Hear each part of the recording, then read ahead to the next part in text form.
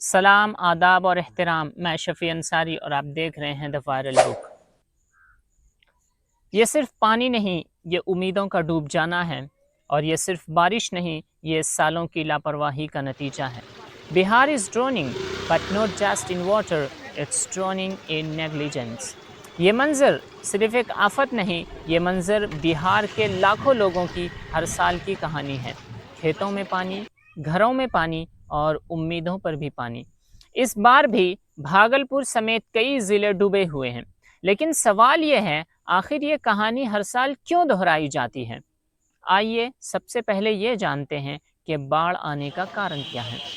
دیکھیے، ہم جانتے ہیں کہ بہار میں ندیوں کا ایک جال پھیلا ہوا ہے، خاص کر گنگا ندی اور کوسی ندی، جس کا جل استر ہمیشہ بڑھا ہی رہتا ہے۔ لیکن معاملہ تب خراب ہوتا ہے جب نیپال سے آنے والی ندیاں گنگا ندی میں مل جاتی ہے، جیسے سریو ندی اور گنڈک ندی وغیرہ۔ اسی طرح باگمتی ندی اور کملا ندی جو کہ کوسی ندی میں ملتی ہے، اور آپ جانتے ہیں کہ جغرافیکلی بہار گھرا ہوا ہے اور تھوڑا نیچے ہے، تو ہر طرف سے پانی جب گنگا اور کوسی سے ملتا ہے تو یہ بہار میں باڑھ لے آتا ہے۔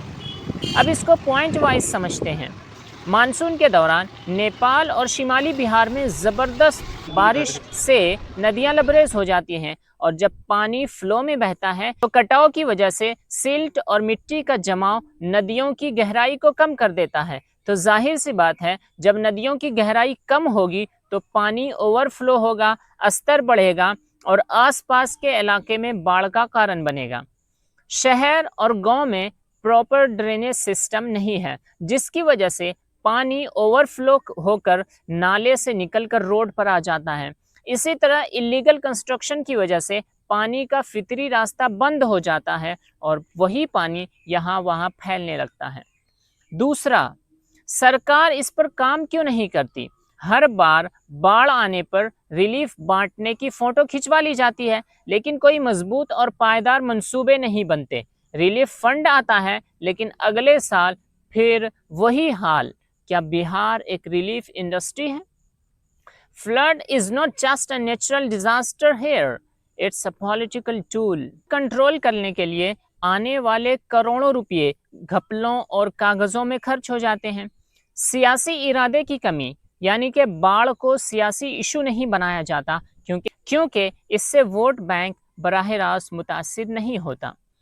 یا بین ریاستی تال میل کی کمی، نیپال اور بھارت کے بیچ پانی کے انتظام پر مضبوط معاہدے اور عملی اقدام نہ ہونے کی وجہ سے مسئلہ حل نہیں ہوتا اور بہار ہر سال ڈوب جاتا ہے۔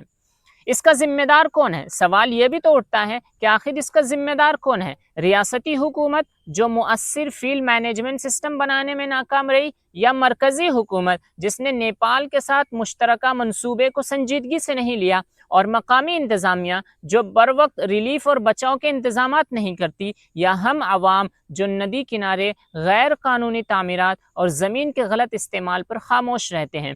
اور کیا یہ باڑھ ہماری collective failure ہے؟ And are we victims of nature or victims of our own ignorance؟ تو سوال یہ اٹھتا ہے کہ کیا اس کا حل ہے یا نہیں؟ تو حل آج بھی پاسبل ہے، اور دنیا کے کئی ملکوں نے کر کے دکھایا ہے، اپنے لوگوں کو سیلاب اور سمندری طوفان سے بچا کر۔ میں آپ کے سامنے کچھ مثالیں رکھتا ہوں۔ نیدرلینڈ کا 26% حصہ سمندر سے نیچے ہے، اس لیے وہاں پر ہر سال سمندری طوفان اور بہت زیادہ سیلاب آتا تھا۔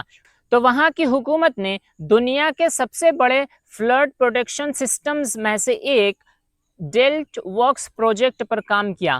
بڑے ڈیمز، اسٹارمز گیٹس اور بیریئرز بنائے گئے جو ضرورت پڑنے پر بند ہو جاتے ہیں۔ اسی طرح دریا کے دباؤ کو کم کرنے کے لیے الگ الگ چینلز بنائے، جس کا نتیجہ یہ ہوا کہ پچھلے کئی سالوں سے وہاں کوئی بڑی فلڈ ڈیزاسٹر نہیں آئی اور عوام محفوظ ہیں۔ دوسرا نام ہے جاپان۔ ہم سب جانتے ہیں کہ جاپان میں ٹائفون، شدید بارش اور زلزلہ عام بات ہے، اور اس کی وجہ سے زبردست تباہی، شہروں میں پانی اور بہت زیادہ نقصان ہوتا تھا۔ تو گورنمنٹ نے سیلاب سے بچنے کے لیے underground flood water diversion tunnels جیسے پروجیکٹ پر کام کیا، اور لگ بھگ 6.5 کلومیٹر لمبی سرنگیں بنائیں جو بارش اور دریا کے پانی کو زیر زمین لے جا کر محفوظ جگہوں پر چھوڑتی ہیں۔ اسی طرح واٹر پمپنگ اسٹیشنز بنائے، اور آج حالات یہ ہیں کہ سیلاب کا خطرہ جاپان میں انتہائی کم ہو گیا ہے۔ اسی طرح چین، یانگسی اور دوسرے دریاؤں کی وجہ سے زبردست سیلاب جس کا نتیجہ صرف تباہی ہوتی تھی، اس سے نپٹنے کے لیے چین نے 3 گارجز ڈیم پروجیکٹ پر کام کیا اور دنیا کا سب سے بڑا ہائیڈرو الیکٹرک ڈیم بنایا جو سیلاب کو روکنے، بجلی پیدا کرنے، یہ دنیا میں سب سے زیادہ بجلی پیدا کرنے والا ہائیڈرو اسٹیشن ہے، اور نیویگیشن بہتر بنانے یعنی کہ بڑے بڑے جہازوں کے لیے راستہ آسان بنانا، اس انٹینشن کے ساتھ اس ڈیم کو بنایا۔ نتیجہ یہ ہوا کہ سیلاب کا خطرہ انتہائی کم ہو گیا۔ اسی طرح ویٹ لینڈ سسٹم کو بحال کیا تاکہ پانی قدرتی طور پر جذب ہو جائے، زمین کے اندر چلا جائے، اور فلڈ ڈائیورژن زون بنائے، اور رزلٹ ہمارے سامنے ہے کہ چائنا میں باڑھ کو روکنے کا زبردست انتظام انہوں نے کر لیا ہے۔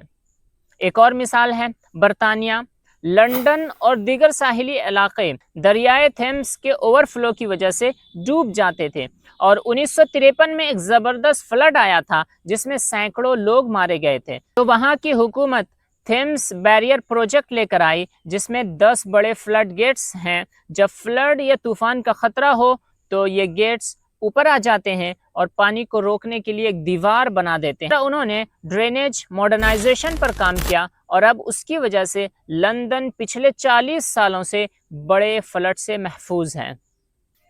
اصلی فرق یہ ہے کہ ان ممالک نے ریلیف پر نہیں بلکہ فلڈ پریونشن پر کام کیا، سرمایہ لگایا۔ They invested in science, technology and planning, not just distributing food after the disaster and observing from helicopter. سوال یہ اٹھتا ہے، if other countries can live below sea level without drowning and capable to stop flood and storms, so why can't we save Bihar from flood?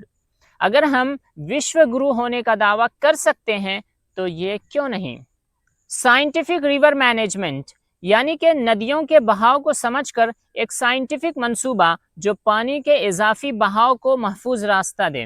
اسی طرح rain harvesting system and storage dams with Nepal cooperation. اسی طرح ندیوں سے سلٹ اور مٹی نکالنے کے لیے ایئرلی پلان۔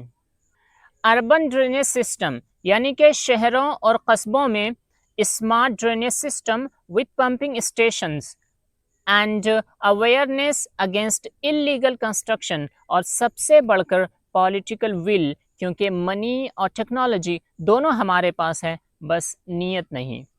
بہار میں باڑھ یہ صرف ایک قدرتی آفت نہیں، یہ انسانی لاپرواہی کا نتیجہ ہے۔